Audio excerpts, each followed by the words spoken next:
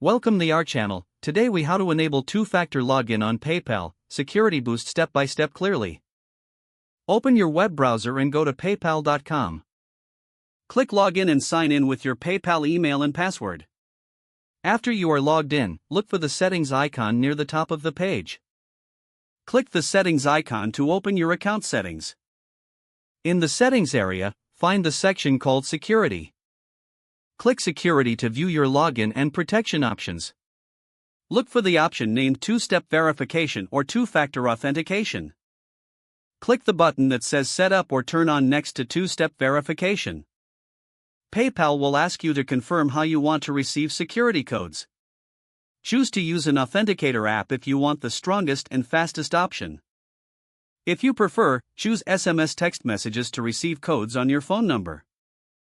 If you choose SMS, enter your mobile number exactly as requested. Click Next or Continue to receive a verification code. Check your phone for the PayPal code sent by text message.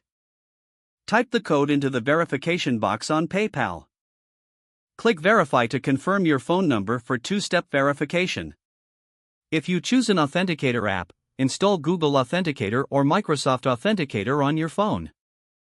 On PayPal, select Authenticator app and continue to the QR code screen. Open your Authenticator app and choose to add a new account.